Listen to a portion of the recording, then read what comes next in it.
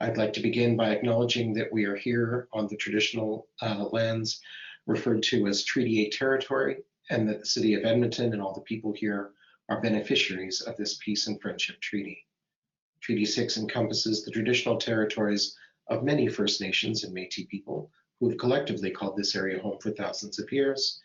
The Edmonton Arts Council is dedicated to ensuring that the spirit of Treaty 6 is honored and respected.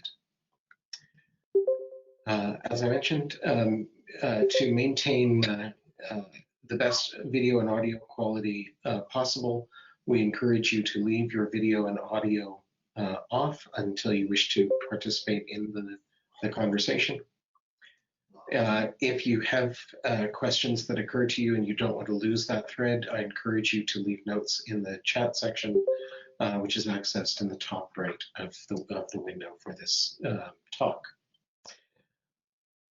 Why are we here today? If there was ever any doubt that many of the infrastructures supporting traditional artistic expression were crumbling or morphing beyond recognition, this year has put an end to that debate. The EAC recognizes that more and more, both organizations and individuals are left to their own devices to develop relationships with patrons, to build up a brand identity using free social media and its associated advertising. This workshop is part of a new series being offered by the Edmonton Arts Council to provide artists with the tools that they'll need to navigate this new reality. Watch for our next session on financial planning coming up in December, just in time for Christmas. Today's session will include opportunities for you to engage with specific questions at the end of the session, and we encourage you to log your thoughts in the chat function. But for now, I'm very happy to turn things over to Josh Semchuk and Katie Sowden. Thanks, David. Hi, everybody. Katie, hello. There she is. Can you hear me? Okay, good. It's working now. Okay, you're like super loud. Oh my God. Oh. Okay, I get in trouble for being really loud because I get super enthusiastic. Now, let me get rid of this. And let me turn off that. All right. Some sort of Wi-Fi issue. You know, you've heard of Wi-Fi. It helps us do these kinds of presentations. My apologies to everybody. Let me try a better microphone. Okay, how's that microphone? This sounds good. Okay, and so I'm just gonna bounce off of what Katie was saying. The number of accounts that she's worked on, we have a fair number of them at Bottom Line Productions. They're anywhere from small theater companies to not-for-profits that work with business. We have touring companies that we work with. There's a number of different expectation for content, and some of it is very loosey-goosey and some of it organic, some of it is very specific, has to be very on brand. Let's, Katie, do you want to dive right in? Yeah, for sure. Okay. Okay, so some of the things that we're going to talk about in today's presentation is we are sort of going to focus mostly on Facebook, Twitter, and Instagram. You might have lots of other social media profiles that you want to try, and a lot of the things we talk about are applicable across the board. We're just kind of going to stick with the big three because they're the most well-known and the most used. And also, if you don't have too much of a presence yet, it's better to start small and work your way up than to sort of overcommit yourself and realize you've got more than you can handle. So, you know, you might want to have a TikTok account, you might want to have a YouTube presence, but most of the things we talk about would be applicable to that as well, although we won't specifically focus on that. Let me tell about my TikTok story. Sure.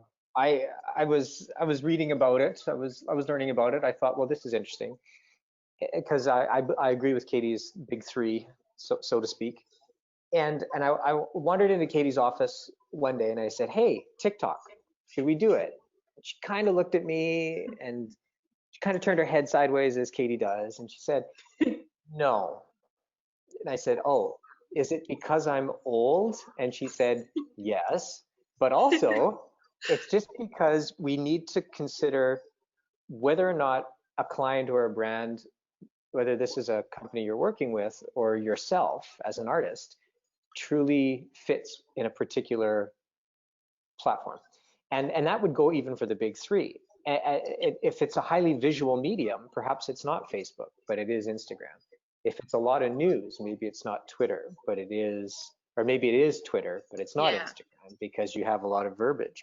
But TikTok could be very specific for a certain type of movement, or, I mean, there's a number of, it's not necessarily a one size fits all. And what I found, especially working with Katie, is that she's really good at realizing, okay, does this particular brand fit with this particular um, outlet? And to David's point, what he was talking about at the beginning of the presentation is we're now more than ever reliant on this kind of face-to-face friend of mine type of posting, and maybe we should only pick the ones that we have the time, the ability, and the desire to be a part of.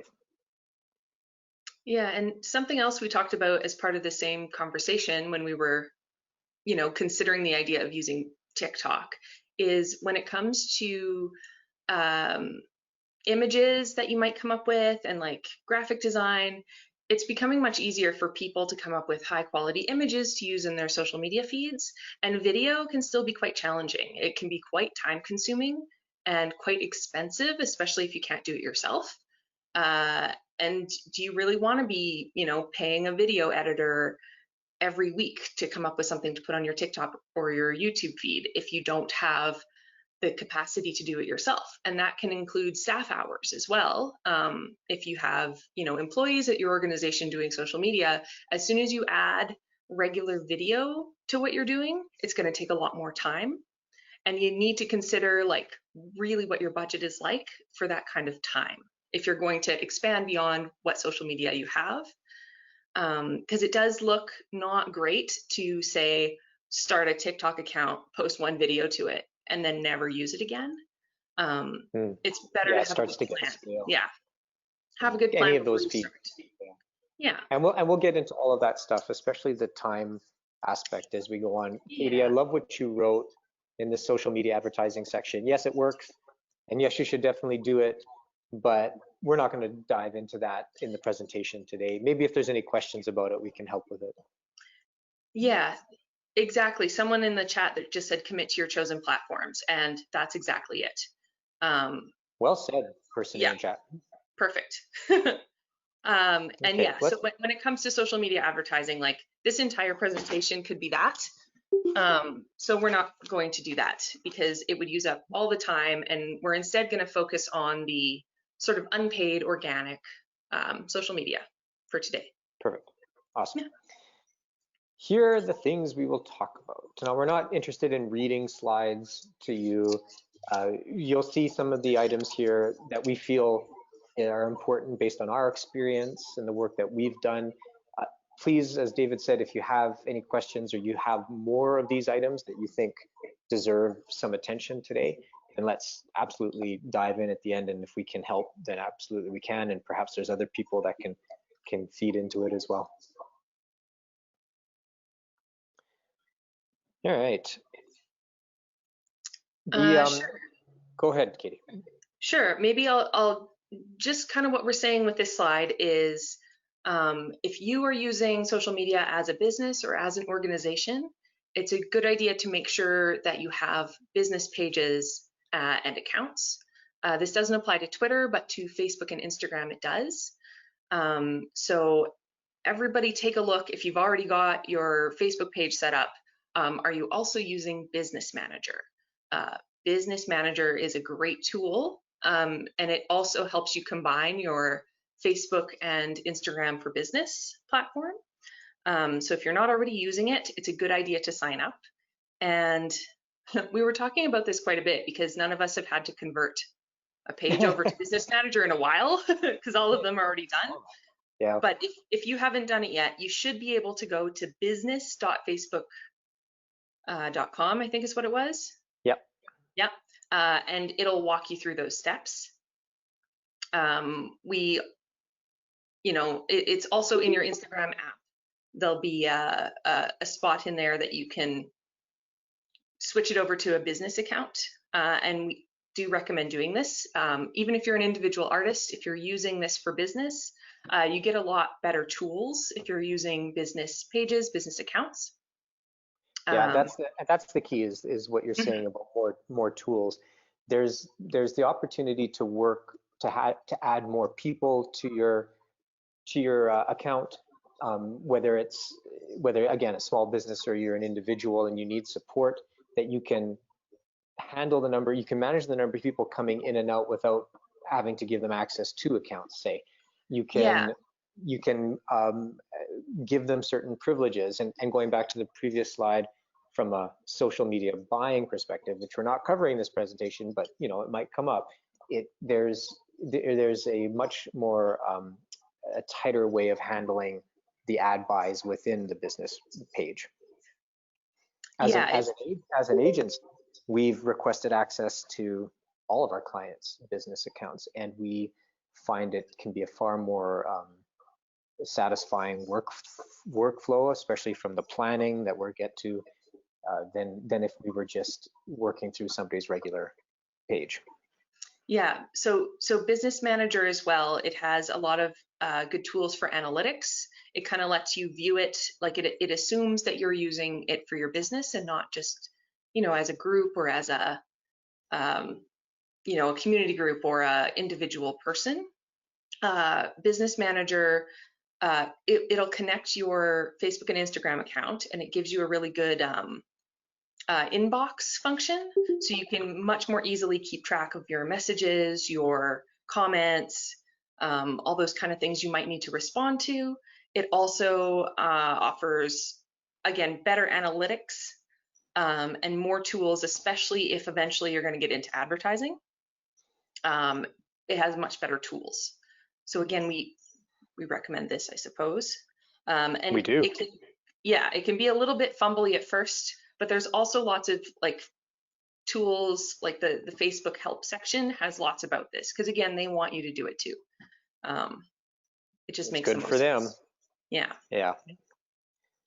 But which leads into the part about making sure that you do have a plan, because yeah, there may be some fumbly things with business, but ultimately having that plan, like with anything, with any marketing project, and that's what we've always considered, Katie and I, the social media component is simply a part of the larger marketing approach, and having that kind of layout, having that scheduling, having that content management, which we'll get to in a couple more slides, makes it easier to know this is what I want to put up and this is when I want to do it. It's relevant to when ticket sales happen. It's relative to when I'm going to perform, and it doesn't necessarily exclude the sudden organic state of the moment posting, like stories or an awesome behind the scenes moment before you step on stage.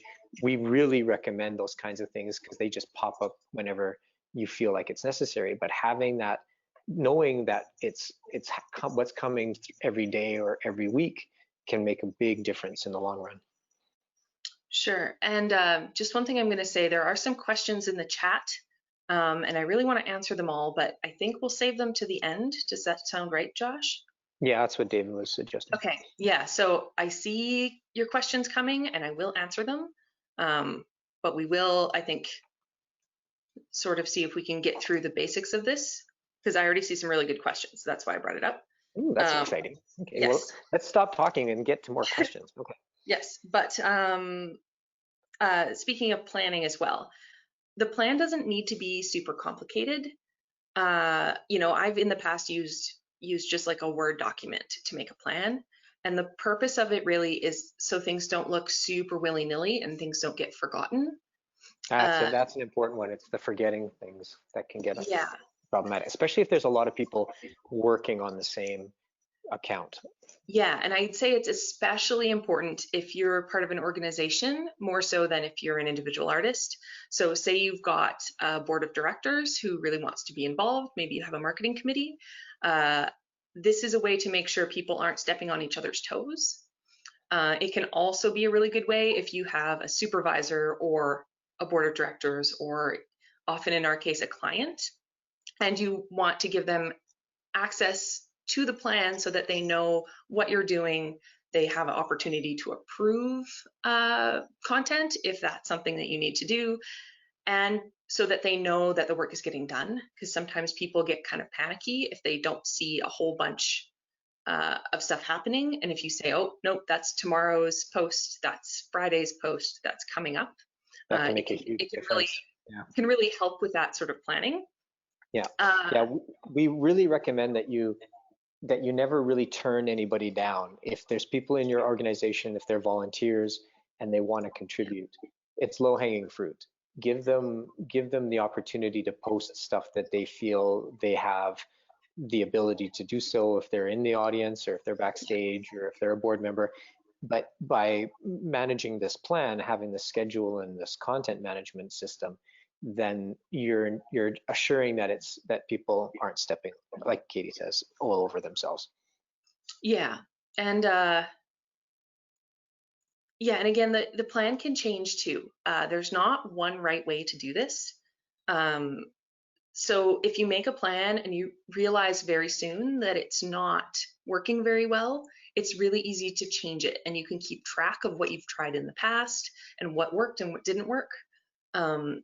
It's a really, it's not set in stone. Like once you make your plan, maybe your plan is 1 post a week. Maybe your plan is 5 posts a week, and you realize it's too much, you can't handle it, it's not enough, the schedule's not good.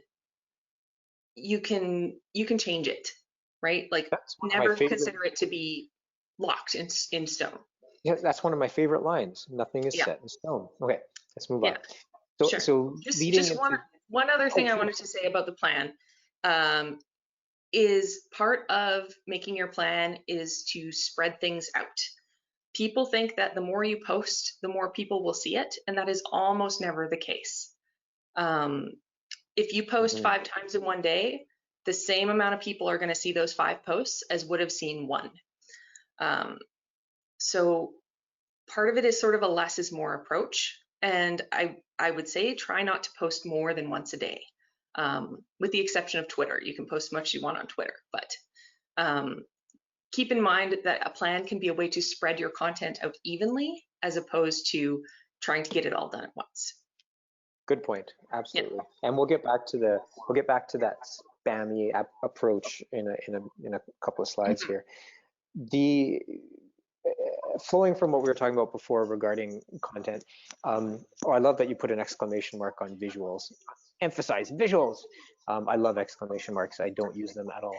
The you know how I feel about them. I do.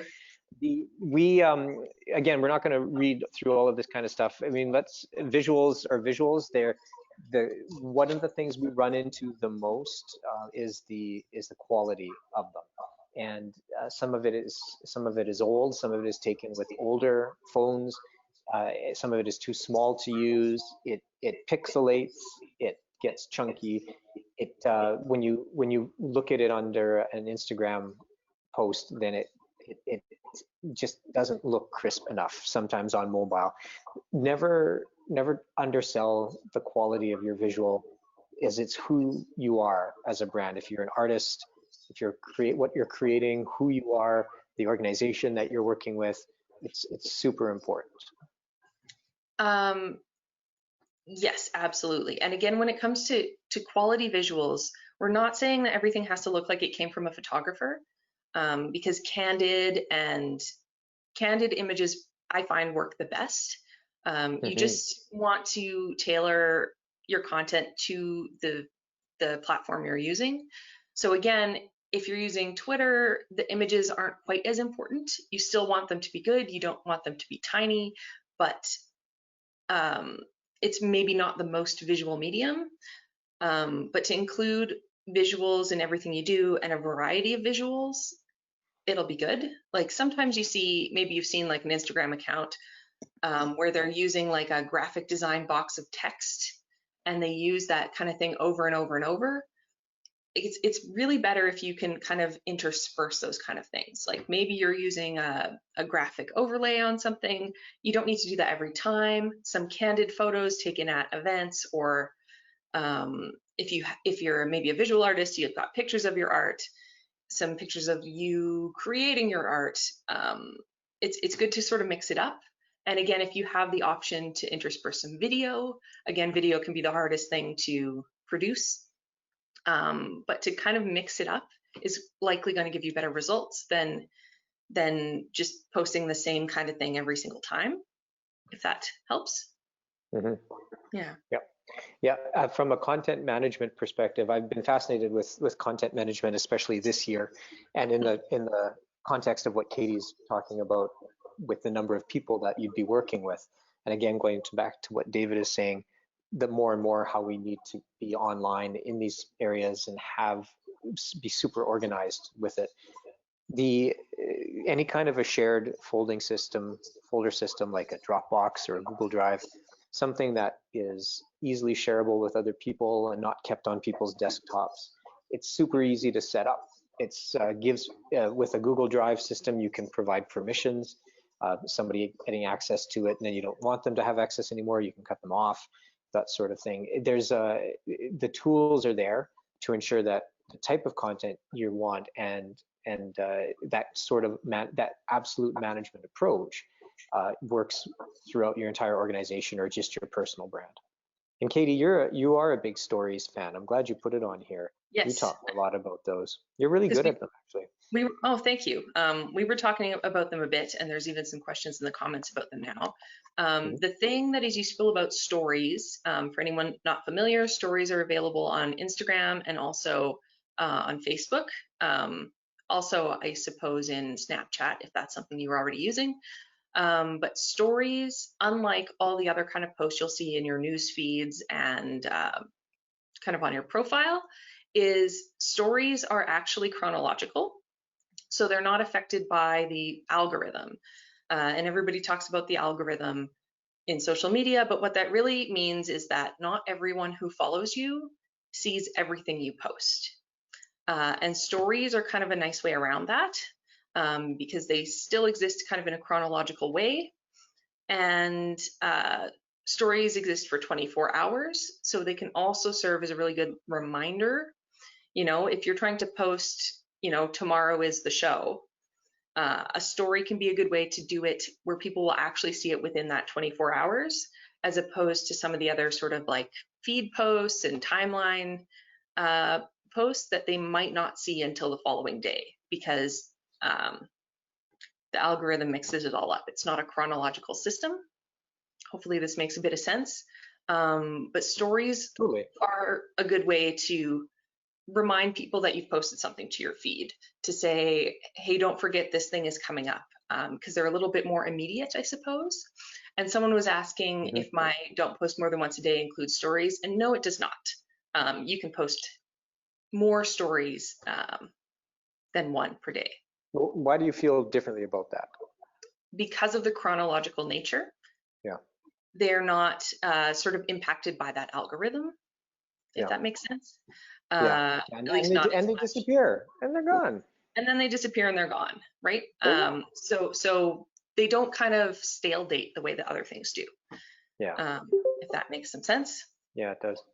Which brings us back to that ongoing, that quality content posting that you've always made sure. Like Katie, when I first met, when Katie first came around and we were talking about social, I was all about cross posting. Hey, let's just repost. Hey, let's just repost. And you taught me a lot about the value of quality original posts as opposed to cross posting, because you save time, but you get more success, you get more views by less is just more. Having your original stuff.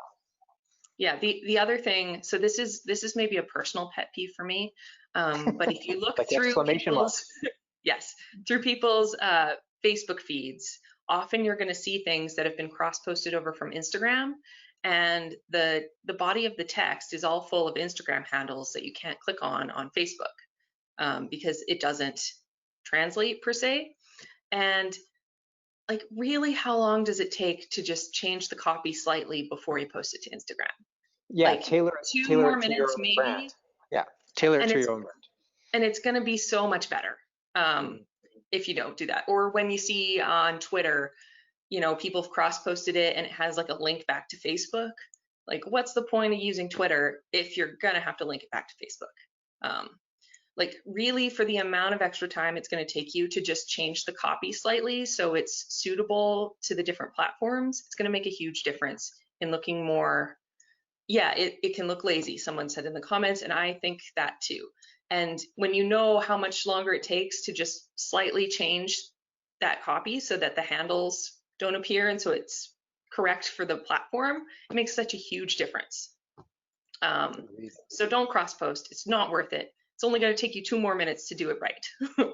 We are all creative people on this presentation. Let's be creative in our Yeah. social posting. Can I move on?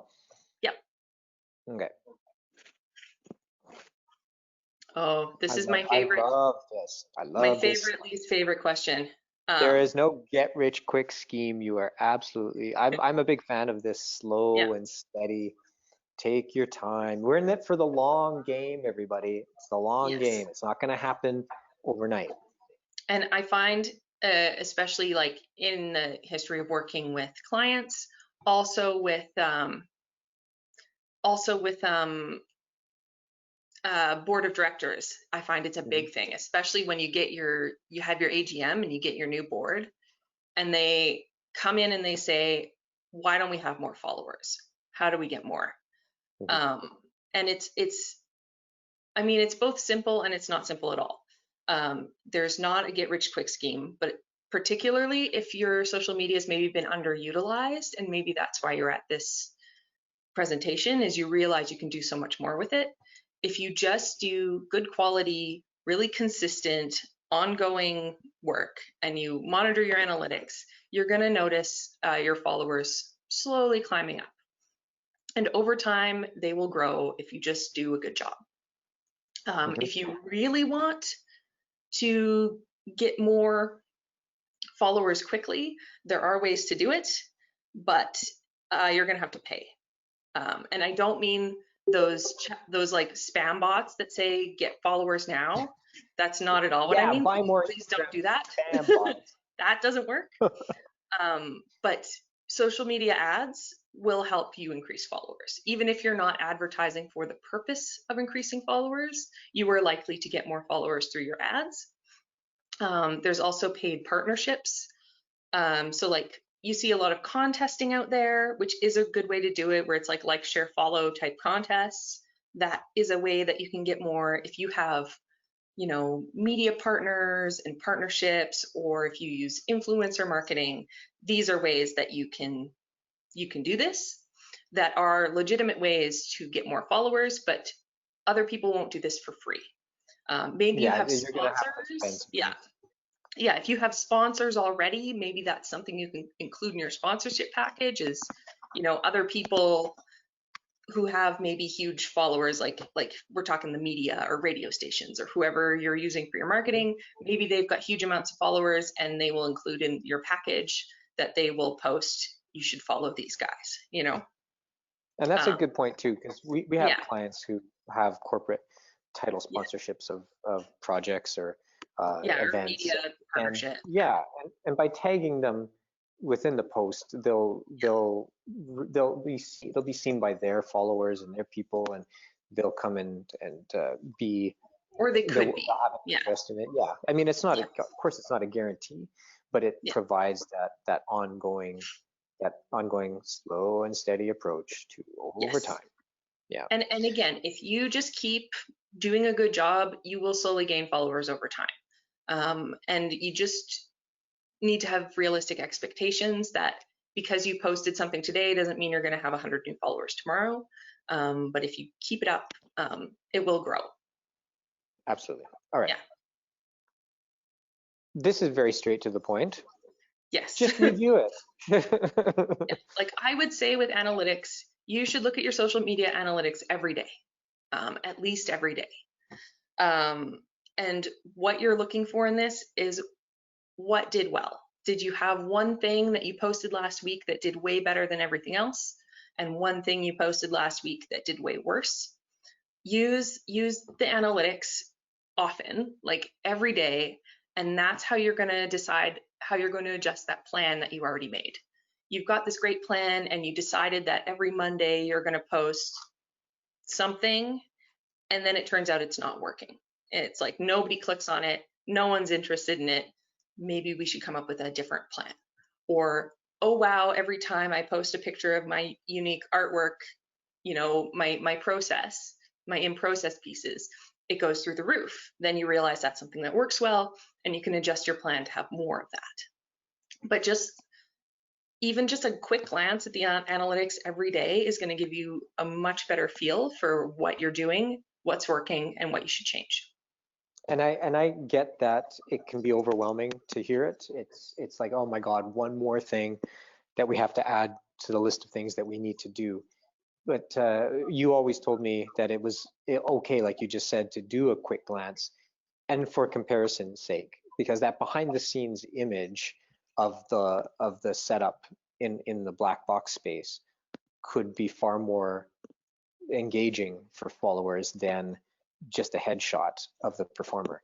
And while there's a place for both of them, then you're starting to get a feel for the fact that your audiences really kind of like that behind the scenes stuff. And someone was asking about analytics, and yes, that's like there's always like a little chart somewhere that says how many new likes you got, how many comments, how many people the post reached, that kind of stuff is what we mean by analytics. Yeah. Yeah. And some of it can be really helpful, again, from a programming perspective. It's interesting to see a lot of the work that's being done online now from performance-based stuff, and which artists are being watched more.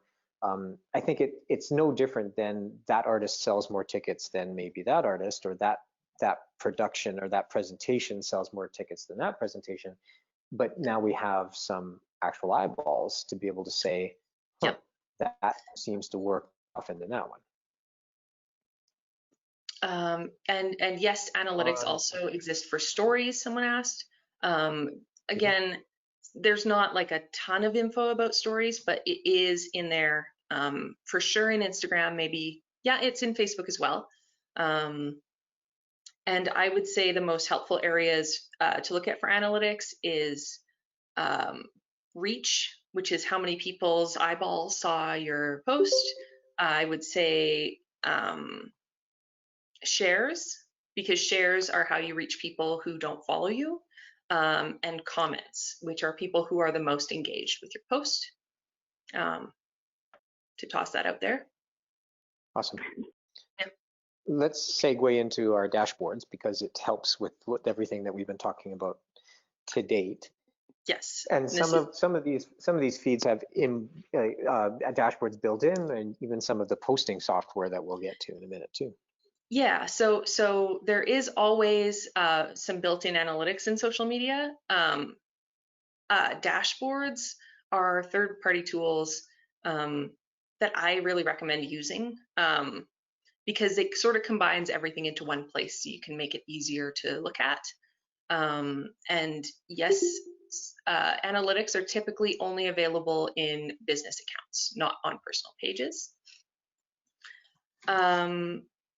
So some things that dashboards are useful for is managing users. So if you are the kind of organization that maybe has temporary staff or summer students or things like that, some people are a little nervous about giving someone who's only going to work for them for a couple of months access to all of these really important, social media accounts. And using a dashboard, using a dashboard is a great way to be able to take them off when their time is up. Or again, with boards, if you have board members and every year you get some new people voted in, you want an easy way to add the new people and remove the old people. And that's the same with our content managing shared folder system. You can add people and remove them as you see fit. Yeah. Also, scheduling posts to me is such a huge game changer. To be able to schedule it made a huge difference over there, especially with the amount of stuff that we were doing on a regular basis with so many different people. It changed everything. And maybe this social media dashboard with its scheduling component will be your planning tool as well. Maybe you're going to use this to make your social media plan rather than keeping a separate one in Excel or in Microsoft Word or wherever else you might keep it. Also, there are tools in here for approval. Sometimes both of those kinds of shared documents can help too. The spreadsheet, the Word doc. Yeah. Sometimes just a comfort zone. Some people don't want to look into dashboards because it's overwhelming for them, and at that point, a shared Excel sheet can be super helpful. Yeah. And typically too, social media dashboards have better analytics than each of the individual social media profiles has available. However, as far as I can tell, there's no free version of any of the social media dashboards that will give you analytics. You're going to have to buy the paid version if you want to use that function, but there are other options as well. Yeah, if that makes some sense. Although sometimes the analytics are worth just paying the monthly fee if you want to have a better quality overview, I suppose. No, it makes a good point. Yeah. I mean, that goes back to not all of this stuff is necessarily free. There's opportunities to spend money and not much of it, but it can make that much difference in the long run, especially with your time, your resources, the people that you have on your team, and the quality of your stuff. Yeah, so as far as dashboards go, people are asking lots of questions about the individual ones. There are We've got that coming up. There's lots of options. So my current favorite that I like the best is Later. So Later started out as an Instagram scheduler, and now they do. They've got what's in there? It's Facebook, Twitter, Instagram, and I think they have Pinterest or something like that as well. Yep, Pinterest is part of it. Yeah, and Later has a very good paid version, but it also has a pretty decent free version. So I've used both the free version and the paid version at Later, and I still think it's worth it. It's in American dollars, and right now a lot of companies are changing their price structures. It's a little bit more to add more accounts, so to speak, to your full account. Yeah, Later will give you like if you want to use it for scheduling, the free version is really useful, and it has a limit on how many. It's quite limited in what you can do without the paid version, but I would say Later is probably one of the better ones to use for the free version. I also have used Hootsuite, and I was quite happy with it. If Twitter is more important to you and to your organization, Hootsuite might be a better fit because Hootsuite came first from Twitter, and then they added Instagram and Facebook, and I think they've got something else in there as well, maybe LinkedIn or something. I'm a bigger Later fan than I am a Hootsuite fan. Yes, now that I've used both, I very much prefer Later. And again, there's lots of other choices as well. There's one called Sprout Social. There's one called Buffer. And again, some of these don't have a free version. So if you've never used one before and you're not sure what you want, it's probably better to start with something that has a free version. But I really like Later. I like it more the more I use it. Yeah, and I would recommend giving that one a try, I suppose. Agreed. Okay, let's back up a bit here. We've talked about our dashboards and scheduling. There's some, we've managed to talk through some of these things just by virtue of the people asking questions, that sort of thing. Yeah. And this is, this particular slide is quite interesting to me. Yes, this is Josh's specialty, I would say. Yeah, it's definitely a communications opportunity. The nature of social media is a public forum, whether you like it or not. If you're going to post stuff, then you need to expect comments. If you expect comments, then you need to expect that not all comments are going to be in your favor. And what we've learned over time is that it is likely better to keep up the posts that are good and not good than there is to just keep the ones that are good up. In whatever language that is. If it's deeply hateful, that's something that needs to be considered. That maybe it's something that's not. But ultimately, from a customer relations perspective, from a communications perspective, having all of those posts stay up there and engaging in meaningful dialogue, asking someone to reach out to you, to have a discussion. And this is mainly this is about a customer service perspective. I didn't have a good experience at the box office, and I want everybody to know that. And thank you for that. That's really important that we hear it. Please let us know how we can help you further. You're showing other people that you're prepared to reach out to help with others as well. And to Katie's point, the more you interact with them, then the more engaged they will be, because you are treating them like the way they want to be treated. They want to be heard, and you're prepared to engage with them. Yeah, and if people say really nice things about you, it's good to respond to that and say, hey, thanks for saying that really nice thing about me. But again, like the quicker you are at this and the more often you do it, the more people will know that you're a real person is there. A real person is there interacting with them on here. And that's something that people want from social media. That's part of the social of social media, right? Exactly, yeah. Yeah. Social media at its core, I've always believed, is water cooler. It's word of mouth. It's friend of mine communications. It's the modern day word of mouth. Yeah. Exactly. And we're going to engage in that way as it is. We're going to have conversations with people. This is a way to do it. Another way to do it. And it can be a lot of work, especially if your project is super popular or you're super popular. Or you're a staff of regular one. basis. Yeah, or that. And yeah. But find some time, carve out the time to do it, and show people that you're there, that you're engaging with them. Now that seems to be the end of our presentation, Katie. Yeah, for the most part, I think that's it. Maybe we can get to some awesome comments and questions. Yeah, if you switch over to that final slide there, Josh. Sure. Someone was asking about something other than InDesign to use. Canva and PicMonkey that I've included here are like Oh, I love free. Canva. Yeah, Canva I like better. I used to use PicMonkey. I switched to Canva. It's like a really simple, kind of like a for dummies graphic design program, and it's full of templates and things that make it really easy to make your artwork look good. And it's like a photo editing, cropping kind of piece of software. And so is PicMonkey.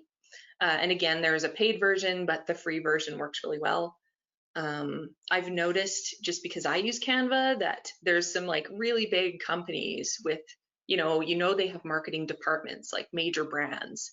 And sometimes I can tell that they used a Canva template because I saw the template too. So it can be a really easy, quick way to do it. And I've also just on here thrown up Pixabay, which is a free like stock photo website. So the photos aren't quite as good quality as something like Shutterstock, but they're genuinely free, and you don't have to, they're offered without needing to credit an artist. It's like a completely open source photo site, which is handy to use if you just need a picture of a tree someday, or some flowers, or a Christmas tree. Yeah. Cool. Okay, let's turn this down. Yeah. Just over that. So do some of the folks from the Edmonton Arts Council want to get in on here? I feel like some of them were gonna have a chat, but if not, we can. Yes, it's time for talking.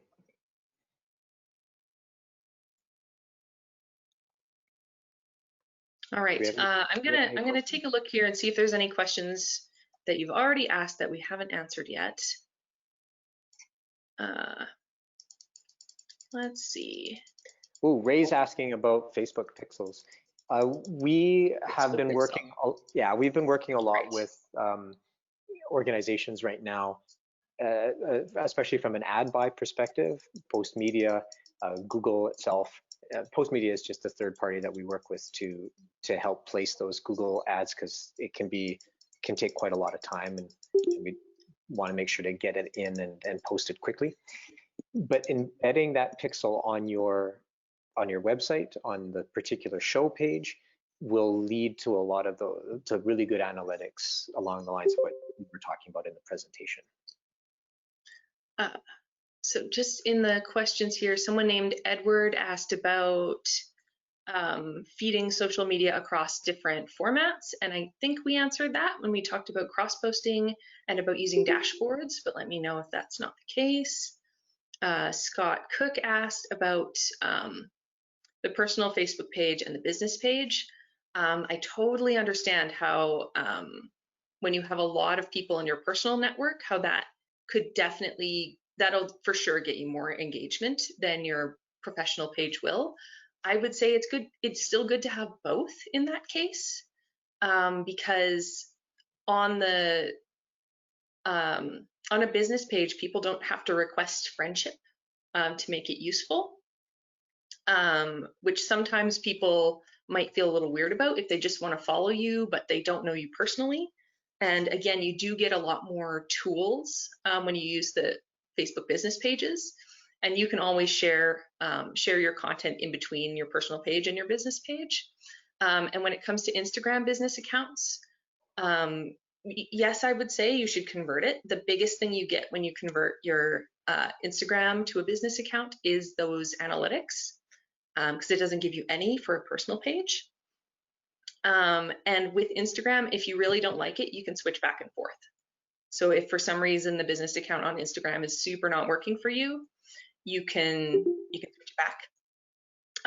And when you use the Facebook business page, it'll give you one inbox for all your messages, whether they come in on Instagram or on Facebook, but only if you're using it as a business page.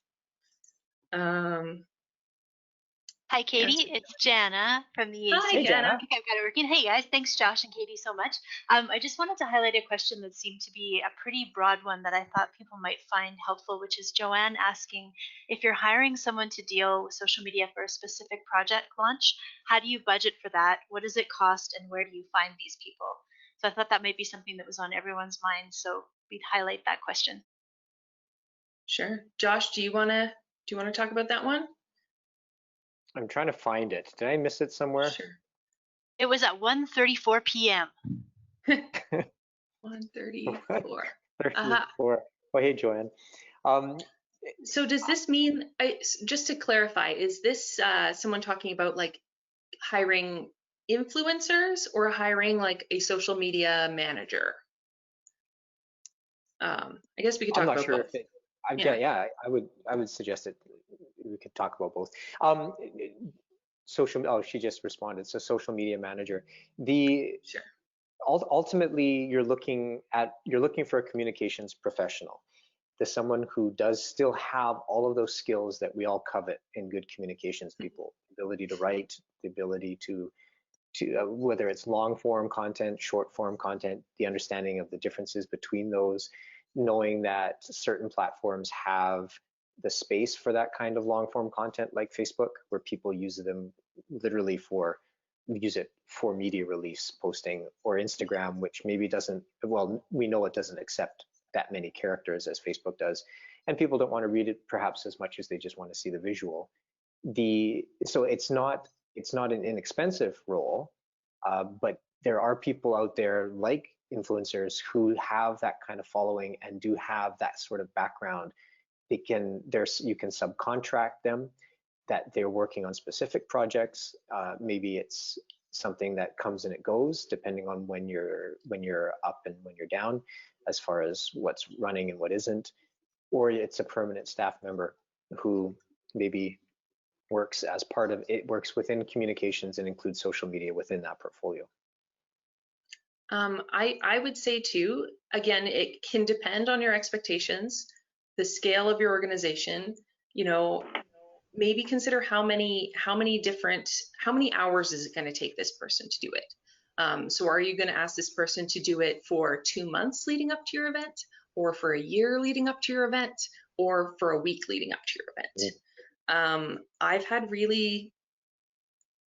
I've had some really good luck and not always very good luck at hiring summer students to be social media managers.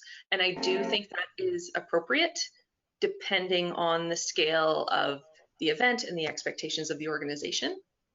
It can also really help if you already have a plan in place. So when I've in the past hired summer students to be a social media manager, if you hand them a plan that says, here is what we've been doing, continue doing it this way, it'll help kind of keep some consistency, I suppose, through your organization. And it's not that they can't have some creative control or add on new projects. That's actually how I first started using stories for business. Is a summer student said I did stories all summer, and I was like, okay, I guess I'll keep doing it. I think you make a good distinction there, Katie, is that Mhm. if there's a plan in place, you have one created, and you simply need somebody to help implement it. It's a different role than someone that you're hiring to design to start the plan from scratch. Yeah. Based on your overall marketing strategy for your project, for your season, for your event. Let's see what else we've got here as far as questions go. Jana, do you see anything else that's rather compelling? I just to follow up on that question, it occurred to me to wonder what your thoughts are. I know you've kind of alluded to it about having the plan in place, but if you have a number of different individuals contributing, would you have one person who kind of approves the messaging, or is it important to have that singular voice as an organization, or does it really just depend on the organization? And I'm just curious to see if you bring someone on temporarily, do you still want to make sure that you're having an oversight of their work, or how do you approach that generally speaking? My answer is yes. Yes. Yeah, I think so. So too. Again, I think it can depend a lot on the organization. Sort of like the best part of all is this is we're in the arts. It can be fun. We don't have to take everything. It has to be creative. Seriously. It has to be creative. Yeah. Yes, and it can be kind of jokey. You can use memes. You can do things that maybe like a government organization wouldn't be able to do. So sometimes it can be okay if it's a little bit, if it's not always perfectly the same, if that makes sense. Like maybe you can tell that it's different people. Government needs to be perfectly the same. And, yes. And I think, Jana, it's important that there is a consistency with the overall message. This is what the show is about. This is who's directed it. It's a world premiere, or it's an original work here in Edmonton. Those kinds of pieces of information are non-negotiable. But within that, how do you be creative and tie it back to the brand of either as an artist, whatever you're doing, or the organization itself? Not everyone's going to have the same language depending on who's artistic director or the kind of mandate that an organization has. And it doesn't deserve to be set in stone, like Katie said before, or too corporate-y, because that's not who we are. Yeah, and again, depending on the type of organization you are, and depending on the type of people who are in your network, what your audience is like, maybe you do need to be more formal, and maybe you do need to make sure you have that voice, and that if somebody takes over, that they're using that same voice. But maybe you don't have to have that. I think it really does depend on the organization. Absolutely. Yeah. That's awesome. Thank you both. I just see on the side here that people have asked about EAC offering a platform of some sort that highlights individual artists' works on the media sites. And there are a number of different ways in which we support that. We sponsor Taproot, which is a fantastic weekly listing of things that are going on in the city. And so we encourage folks, because that is the most nimble way to share event information and postings. But we also do our EAC Weekly. So anyone who is on this call who has yet to subscribe to the EAC Weekly, please visit edmontonarts.ca and subscribe to our weekly e-news. And that points to a community classifieds page on our site. And so on that page, we do updates of information that have been shared with us by the community for calls, job postings, and those sorts of things. And then we do have our social media accounts in which we try to share evenly across all disciplines some information that comes. And it's certainly helpful if you send those notes to EAC Weekly at edmontonarts.ca as well to let us know what's going on.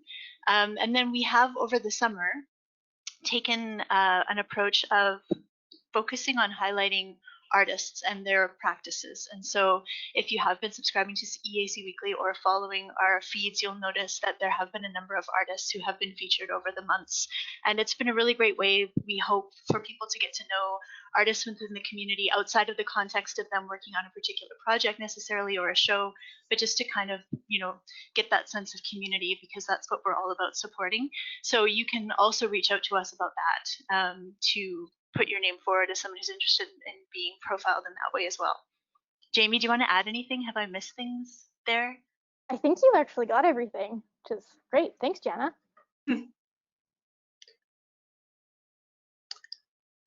All right, maybe I'll look at a couple more questions here. Someone is asking about Facebook versus Instagram. And I would still say you should use both, probably. But maybe some of the differences is what I'll talk about. For example, Instagram is completely image-based. It's image first. So you can't post anything on Instagram if you don't have an image to use. On Facebook, you might have, Facebook lets you use a link and it'll load an image based on the link, say to your website or to your event. Those are differences, I suppose. So if you don't have an image, you can't put it on Instagram. Facebook tends to have a more variety of things you can post.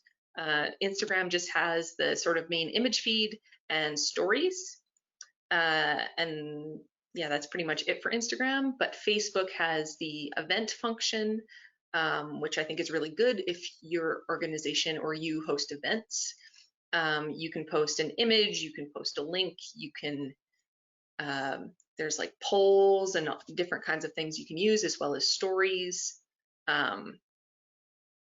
Maybe that's kind of a difference, if that makes sense. And again, like, you don't always have to post everything you do on every single platform. If something's just not suitable for Instagram, don't post it on Instagram. If, something makes the most sense to just be a tweet, just tweet it. If that makes some sense. Hi, Jana.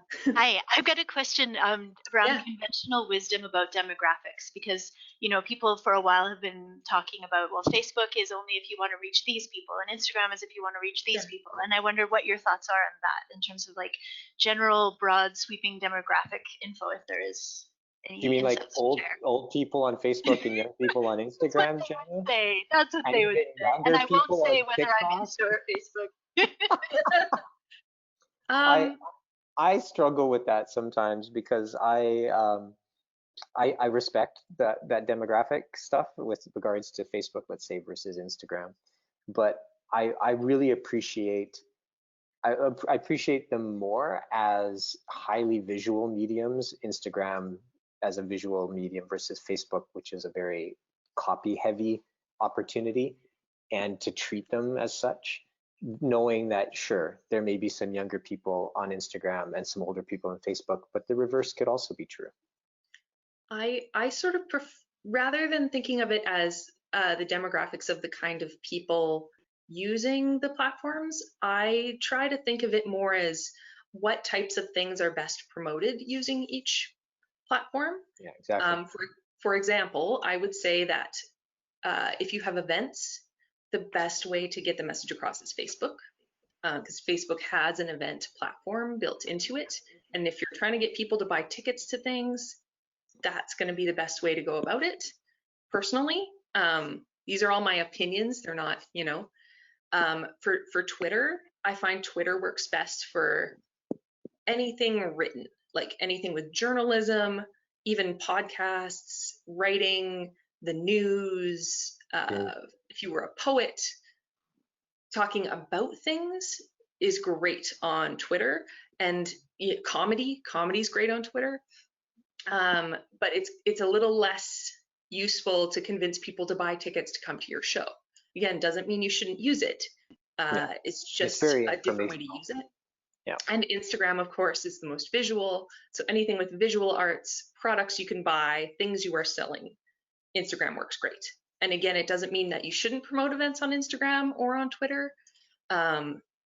It's just that maybe you shouldn't expect that you're going to get the same number of ticket sales directly out of Twitter that you might get out of Facebook, if that makes sense. So rather than the people who are using them, I try and think of what the people using those platforms want to consume, I guess. Totally agree. Yeah. Thank you. I just see Jeff Collins has asked about a good way to reach outside the regular followers that you already have to try and promote something or engage new people. I can see that really being interesting for folks across the board too. Right. Yeah, that can be a tough one. I know we said we wouldn't really talk about it, but Facebook ads. Facebook ads are a really good way to reach outside of your regular people. The other thing is if you can find partners or like-minded people and maybe make some agreement where you share each other's content, that could be a way to go about it. Now, you know what? We need Jeff on here. Jeff, turn yourself on. Where are you? Yeah. Tell us a little more about it. Join us. Jeff Collins. There you are. Hey, Jeff. Can you turn your mic on? Do you, hey, Jeff, do you teach, do you offer courses online? Are you teaching online right now? No, mostly in my studio. So I'm converting to online, but video is not the best. And teaching art classes, I find, to be honest, I'm getting a lot of Zoom fatigue. So I want to see people. Yeah. Have you done any thought around recording short training exercises and posting those in a simple format? I've started to do that a little bit. I mean, I've got some videos started, but I haven't posted any yet. They're not that broadcast ready. Perhaps it might be interesting to consider it like a presentation and post not the whole thing. Don't give your entire product away, but provide an example of this is what you'll get if you want to join this class or join my class, and post it, and then follow the analytics of it. See what gets more interesting. Is it your instrumental jazz? Is it your instrumental blues? What's getting more interest? What that type of instrument you're using, if it's classical, if it's pop, who knows? And let's then see where it goes from there. Right. That's great. Yeah, maybe another option too is to try joining some groups that are focused on education, learning, and try doing that. Yeah. Right. Yeah. Thank you so much. Sure. Thanks for checking in. Somebody asked a less is more question, best time of day to post. So I guess the answer to this is yes, there is a best time of day to post, but it's not the same for everyone. If you were looking for a social media dashboard, another one of the things I love about Later is when you use the paid version, it gathers up all that info and suggests the best time of day to post based on when your followers are online and when you're likely to get the most amount of engagement.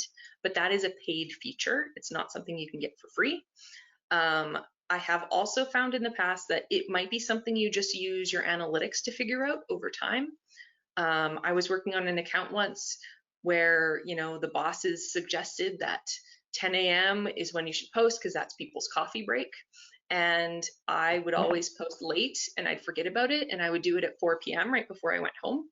And it turned out that was a way better time of day to post for that account. because people were likely to engage with it during the commute. And I hadn't expected that, you know, because there has been in the past this idea of post at coffee break, post at lunch break, post at coffee break. But it's not the same for everyone. It's something that I would just use if you're not looking to get a paid dashboard, use your analytics to figure it out over time. You know, post at 10 a.m. and post at 8 p.m. and figure out which time seems to do better for your account. Sometimes it's a gut instinct too. I consider sometimes the posting timeline the same as ad buys in conventional media.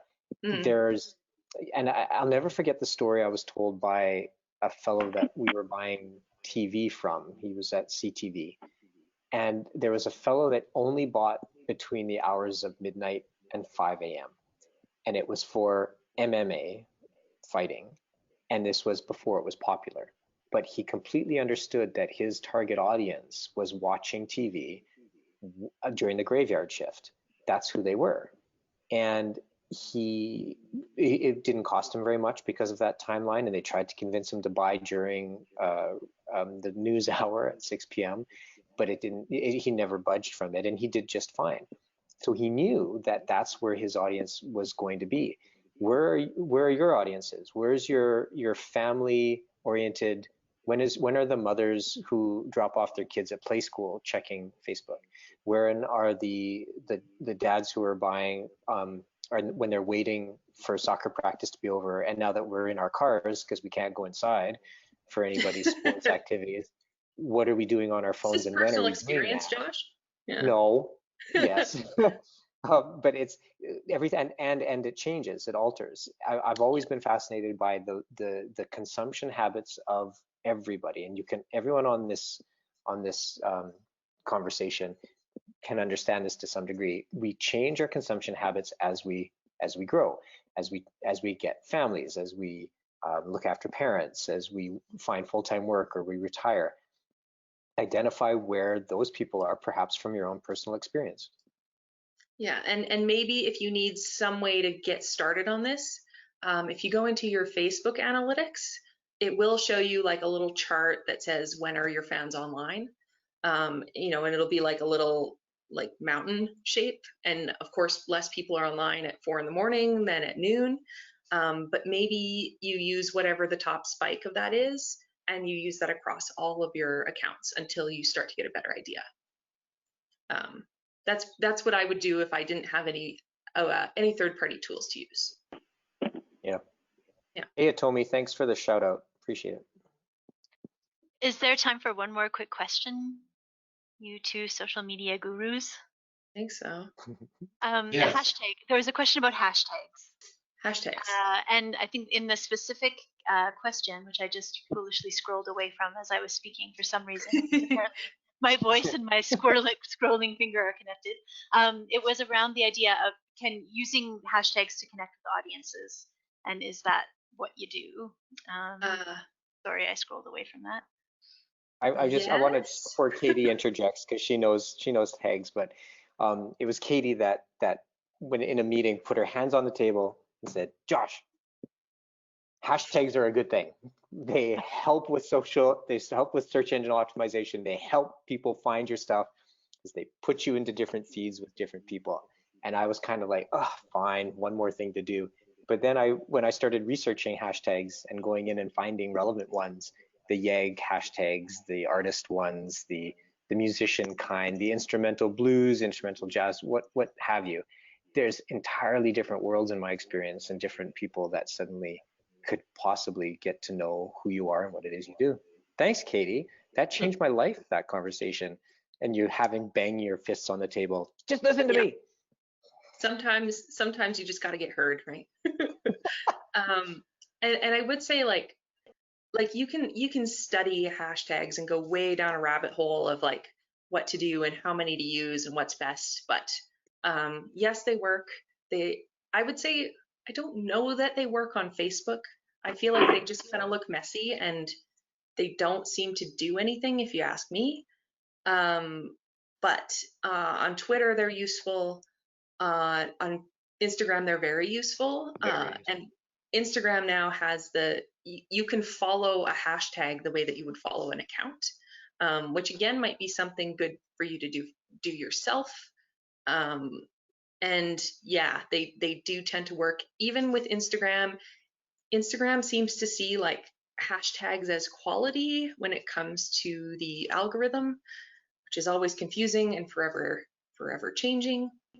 But yeah, to put a bunch of relevant hashtags in an Instagram post for sure is a good idea. And yeah. Yeah, like someone just posted about a post getting incredible reach just from using hashtags. And again, that's one of those things that could happen. It's really hard to plan to make that happen. Yeah.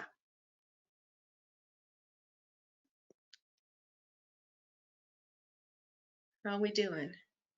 We're doing great. Yeah. Is that it, Jana? Did we get it to everyone? I think We love you too, Lori.